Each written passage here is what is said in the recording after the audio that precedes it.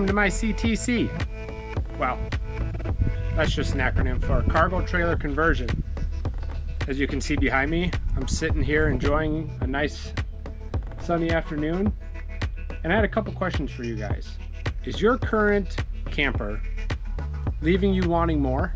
Do you feel like you have to choose between adventure and comfort? Or maybe you get to the campsite, you're setting up, getting ready for the evening to hang out, and you're just realizing like, I'm missing something. All right, well, hold the phone. I got great news for you guys. I'm about to share my top 5 must-have items if you are building a cargo trailer camper like this, a van conversion, an RV remodel, truck camper, whatever it is. I'm going to share with you the top 5 items you got to have to turn your conversion into a luxury, high-end, comfortable, mobile living space. You can say so long to roughing it and hello to the luxury side of camping. Well, mixed with still a little bit of roughing it. I mean, after all, we are still camping. All right, I'm going to give you my top 5 right off the bat, and then I'm going to explain them afterwards. But first, can you guys comment below what type of rig do you have? What type of rig do you want? Or what type of rig are you building right now? Do you have a cargo trailer camper like this? Are you doing a van conversion? Are you remodeling an RV? Drop it in the comments. Let me know. I want to hear what you guys are up to. Awesome. Thank you. All right, here we go. These are my top 5, and I don't have them ranked or anything. I'm just giving you my top 5, and then once we break those down, I'm going to give you my top 5 honorable mention. So really, you're going to get my top 10 if you hang around to the end of the video for those last 5. All right, so number 1, an on-demand hot water heater. Number 2, a residential size mattress. Number 3, mini split air conditioning and heating system, or some type of heating and cooling system. Number 4, a functional outdoor living space. And number 5, an off-grid solar kit. They're not ranked. These are not in any particular order. I'm just going through my little notes here that I have, and I'm going to share them with you guys. And honestly, it was really hard to narrow it down to my top 5. So that's why I'm doing honorable mentions. And if I had to rank them in far as importance, that'd be really tough too. All right, so let's go back to number 1 that I mentioned. The on-demand tankless hot water heater. If you don't have one of these in your rig, or you're not considering putting one in, please reconsider. With this, you can say goodbye to the cold showers. You can say goodbye to not having hot water for washing your dishes or not having to boil water. You can say goodbye to waiting for your 7-gallon tank or 5-gallon tank to fill up. Try to take a super speed shower before that hot water runs out. If you want hot water, get an on-demand propane tankless hot water heater, and you can have it instantly. There's no more waiting for it to warm up. I'll show you. Mine takes maybe 30 seconds, if that, to get hot water, and you can set the temperature that you want. So I've got mine coming out at 102 degrees. And then not only that, you don't have to worry about running out. As much hot water, or as much water as you're going to bring through your pump, or if you're hooked up to the city, whatever water you have, and as long as you have propane or some other power source for that, you're not going to run out of hot water. And that is awesome. And then if you're putting in a hot water heater, make sure that it's paired with a really nice water pump system. There'll be more on that one later. All right, so number 2 that I mentioned, a residential size mattress. I know, we're camping, but sleep is still important, right? So most RVs and conversion vans and cargo trailer builds will cut down on the mattress size. And I understand why. You can gain some space that maybe you need for a different aspect of your build. But if you're doing the planning or building or remodeling, just plan for a residential size mattress.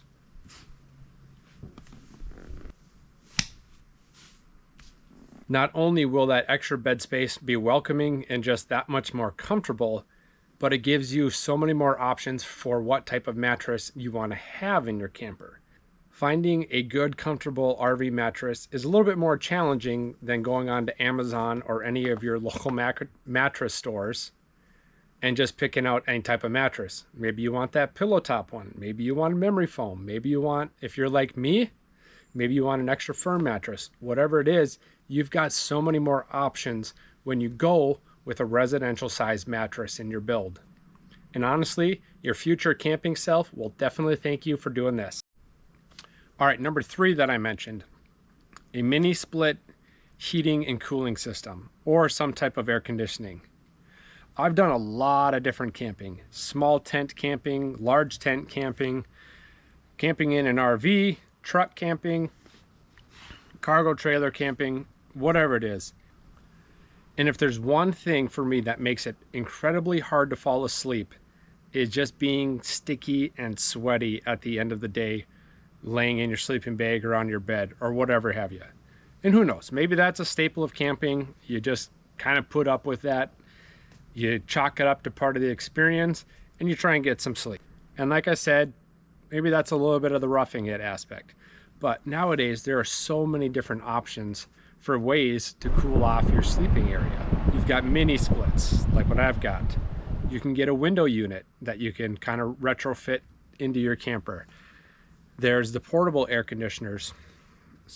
There's the portable air conditioners with the hoses that you can exhaust out. There's little battery powered ones that I've seen as well. And there's homemade ones. I mean, you name it, you could probably find a way to cool off. And some of these are pretty reasonably priced, and they're also fairly easy to DIY it. As a matter of fact, I did the install in my rig here with my mini split, and this was my first ever attempt at doing it. And honestly, it wasn't as overwhelming as what I thought it was originally. I absolutely love my mini split, and it has worked so well for us for cooling off the camper. And also another thing I love about the mini splits is that the majority of them will have a heat pump in it as well. So maybe you're doing some early season camping, some late season camping, somewhere where there's not a lot of people and because there's colder temps, and you want to get out, you want to enjoy some extra peace and quiet because no one else is dealing with the cold. Having an onboard heating system can help you score some of those quiet nights, and who knows, maybe you'll be the only one out at the park enjoying all the beautiful nature and the outdoors. All right, and number 4, a functional outdoor living space. Wait, we're camping.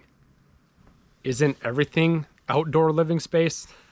Okay, I get it. I know what you're saying. But here's what I really mean by that. Having an awning, having a deck, having a rooftop deck, having a nice campsite setup, having a little spot to hang up some camp night lights. Maybe it's a space to chill out of the rain, or if you just need a break from the sun for a little bit. So for me, when I was building my CTC, I knew for a fact that I was going to have a 270-degree awning. Maybe you're asking yourself, John, what is that? Well, don't worry. I'll show you. It's actually what I'm sitting under right now. That just means that a typical awning will open up and be on whatever side it's attached onto the camper. With the 270-degree, it actually wraps around another direction. So I've got it on the camp side, and then right above me, there's an arm that swings all the way around. So it's giving me 270 degrees of protection. And then the other thing I knew I wanted to go with my awning was a deck, which I'm actually sitting on right now. I'll show you another clip of that. So the combination of those two was that I wanted to be able to extend my indoor living space to outdoor, have a deck somewhere you can just be off the ground, place to set up a couple chairs, a table. We've used it for the kids. We've put a rollout mat on it for the girls to play on. And then with the awning, we really just wanted to have some extra protection from them really hot days, or if it's raining, or if we just need a break from the sun.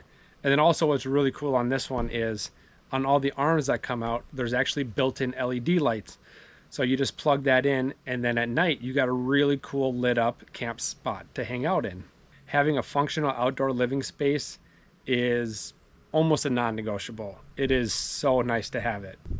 If you've got a smaller rig similar to what I have, having a functional outdoor living space makes a huge difference because it gives you that much more space to hang out, a little bit more room to spread out and not be so tight on each other, bumping into one another, and then just having a little bit of a protection from the elements. Plus, if you're doing any outdoor cooking, it's kind of nice to set up underneath this as well. All right, and last but not least of my top 5 was the off-grid solar kit. Now this one will have a lot of flexibility depending on what you need. Maybe you want to have enough power in your rig to power your house if the power goes out, which coincidentally I do. I could pull this up to the house, run some extension cords out of it, and I could power our household appliances for at least a couple days. And if the sun comes out once they recharge the battery bank, well, then we've got more juice to keep going. Maybe you want a small portable kit that you just pull out and you can set up on a picnic table to plug a fan in, plug an induction cooktop in, maybe just charge your laptop while you're out and about. Or maybe you just need something small enough to charge your phone or a camera or a GPS system. Or maybe you need just enough power for your fridge freezer. More on that coming up. So whatever it is that you need, there really is a plethora of options to choose from as far as solar kits, battery packs, off-grid, whatever your needs are. You're most likely not going to have any problems finding that. But here's why I put it in my top 5, because my honorable mentions are coming up, and there's a lot of those that could have been bumped up here as well. But the reason I have an off-grid solar kit in my top 5 is because I look at our camper here as an extension of our living space of the house. When we're not on the road or we're not camping, it's set up right outside the garage, and it still gets quite a bit of use on a regular basis. The kids have had sleepovers in here. I've used it as a portable office. And like I mentioned before, if something ever happens and we lose power in the house, my batteries are pretty much always charged. I know that in worst case scenario, we'll have 2 to 3 days worth of power to keep the fridge going, keep the freezer, be able to have a heat source if we need it, or if it's just hot and uncomfortable, we can have the air conditioning going, whatever it may be. There's just a lot of peace of mind knowing that sitting right out front is basically a large generator that we can use for the house. And we talked about having some of the luxury items. If you've got a big enough battery bank and solar components, you could power some of those household appliances. Maybe you don't want to do a campfire coffee. Maybe you want to bring your coffee maker. Maybe you don't want to cook on the campfire. You could bring an air fryer. You going in the town after one of your camp trips and you need your blow dryer to look good? Hey, I'm not judging. You could have that as well. Or maybe if you're going to be out there for a while, you want to have a TV with you. And if you're like me where you're working on your computer at times, it can be really nice to have Starlink or some other type of internet and just know that you've got power to keep running those appliances. So whatever it is that you need, at the end of the day, knowing that you can plug in something, charge it, have some power, or flip on a switch and have lights, that can really make camping feel pretty luxurious. All right, there is my top 5 must-have / luxury items to have in your cargo trailer build, your van conversion, your RV remodel, whatever it is you're doing. That's what I've got in mind. Let me know what you think of those 5, or if there's something else that you would put up in the top 5.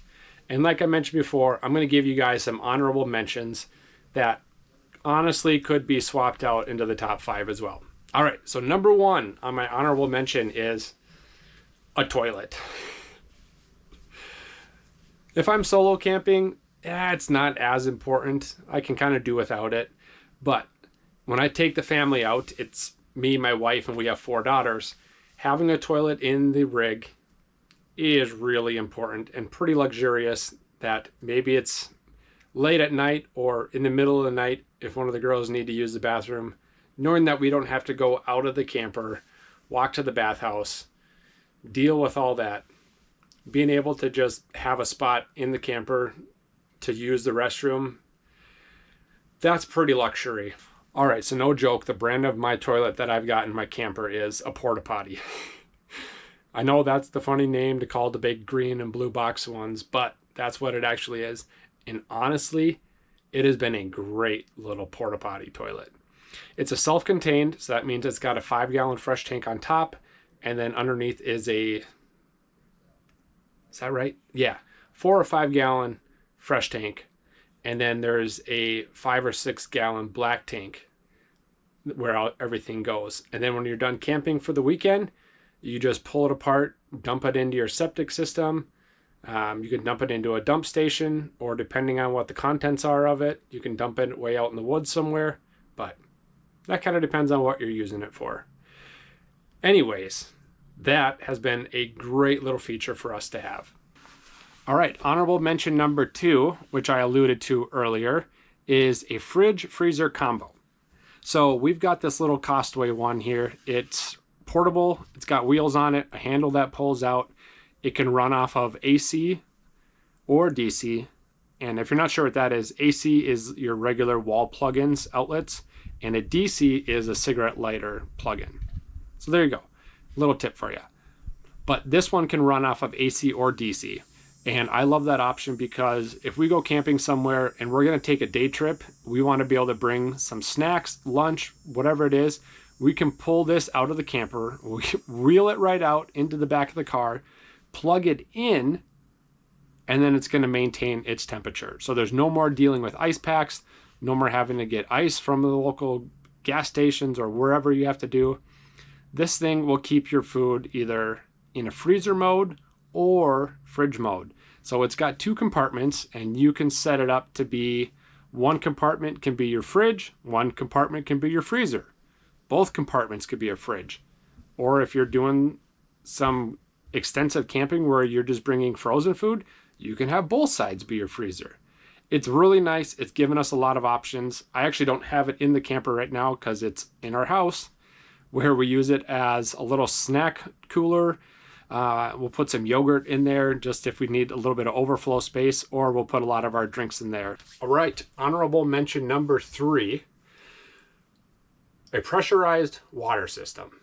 And really what I mean by that is having holding tanks with water and a water pump to get that water from those tanks to whatever faucet you need. Having a good water pump and holding system can really make a camp trip feel luxurious when you want to rinse off, wash the dishes, or just have pressurized water and not just out of a small pump, which I know you can get little electric pumps that fit into the jerry cans, and it gives you a little bit of pressure washer, which depending on your setup, that might be all that you need. But we like having the shower, we like having the little handheld unit on the outside where we can rinse off, rinse our feet off, whatever it is.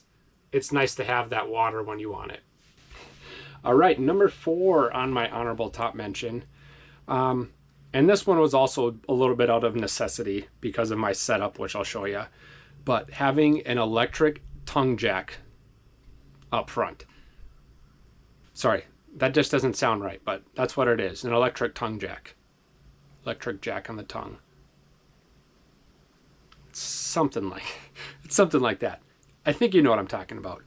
So having that, or what I have is getting a little bit of a fitment piece that can change your regular hand crank jack and convert it to be able to use an electric drill to raise and lower your camper when it's time to hook up and unhook. Because I mean, honestly, if you're just kind of tired at the end of the day of tearing down camp, packing it up, getting ready to go, and you don't want to have that extra arm workout, it's really nice to grab your battery drill, or even better, push a button and have your entire tongue go up and down on your camper. All right, and my honorable mention number 5 is having an indoor cooking setup. So I've got a propane cooktop that works really well, but there's also other options like an induction cooktop, which would work in here because I've got the solar setup and I have the battery bank for it. But having that indoor cooking setup can be really luxurious because maybe you don't want to pull your camp stove out. Maybe you don't want to walk out to the fire and get it going. Or maybe it's just not pleasant to be outside. Maybe it's kind of raining and drizzly or whatever it may be. You can get some water boiling in here for your coffee, gotta have coffee. Or you could fry up an egg real quick, which we usually do. And then if it's nice, you can head outside and go enjoy that outdoor living space or go find some sunshine. But having the option to do some cooking inside, if being outside is just kind of making it tough, can make that camping trip also feel nice and luxurious as well.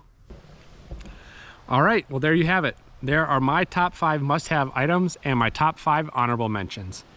And those are mine. The thing is about camping is it might look a little bit different for everybody, and that's what makes it awesome, because we all have different experiences. But if you've got something else that mosquito, if you've got something else that you would put in the top 5, let me know in the comments below. Share it with us. And thank you for watching. If you got some value out of this video or you enjoyed it, would you hit that like button to let me know and also YouTube know that you enjoyed this video? Awesome, thanks, I appreciate it. All right. Well, good luck on your build, and please reach out if you've got any questions or you want to know something more about what I talked about, or maybe you saw something in the video that I didn't mention and you've got a question about. Let me know. I am more than happy to share anything that I've learned with you guys. I'll also leave links to everything that I mentioned in the description below, which if you click on the link and purchase, I might receive a small commission from it at no extra expense to you. But thanks again. I hope you guys enjoyed this video, and happy camping, and we'll see ya on the next one. If you enjoyed this video, please like it and leave a comment about your favorite part. And then if you want to see more videos, make sure to check out our channel for other camping videos, family adventure videos, and how we built our own off-grid cargo trailer camper. Make sure to subscribe and then hit that bell icon so you'll be notified when we post new videos. We share every Saturday morning and every other Thursday afternoon. Keep an eye out for the random short videos that might get posted. Thanks for watching, and please share the channel if you know someone else who might enjoy this as well. See you on the next adventure.